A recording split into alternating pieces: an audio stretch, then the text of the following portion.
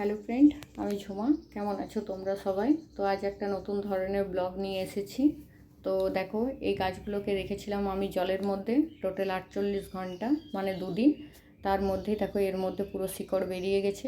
এটাকে আর এটা হচ্ছে মাটিটার মধ্যেও জল দিয়ে ভিজিয়ে রাখতে হবে মোটামুটি লাগানোর আধ ঘন্টা আগে, তাহলে মাটিটা নরম হয়ে যাবে। এবার কিছুগুলো হোল করে একটা একটা করে গাছগুলো মাটির মধ্যে পুঁতে দিচ্ছি। আমরা তো এই গাছগুলোকে কলমি লতা বলি, তোমরা কে কী বলো জানিও আমাকে কমেন্টে। তো এই গাছগুলোকে বলে রাখি, এই গাছগুলো প্রথমে কিছু অংশ মানে অর্ধেকের ওপরের অংশ কেটে আমাদের শাক করে খাওয়া হয়েছে, বাকি অংশটা জলের মধ্যে রেখেছি যাতে এ থেকে আবার পুনরায় গাছ হয় আর শাকটা আবার খাওয়া যায়। কারণ এইসব শাকগুলো মার্কেটে সবসময় অ্যাভেলেবেল থাকে না, তো ঘরে থাকলে যে কোনো সময় খাওয়া যাবে। আর আরেকটা জিনিস দেখাই, এটা হচ্ছে ওই কলমিলতারই একটা গাছ যা অর্ধেকের ওপর অংশ জলে থেকে পচে গেছে। তো কোনো ভয়ের কারণ নেই, এই গাছটাও কাজে লেগে যাবে। এটা মাটির ভেতরে পুঁতে দিলে নিচের অংশটা সার হয়ে যাবে আর ওপরের অংশের যে শিকড়টা আছে ওটা মাটির সঙ্গে লেগে যাবে।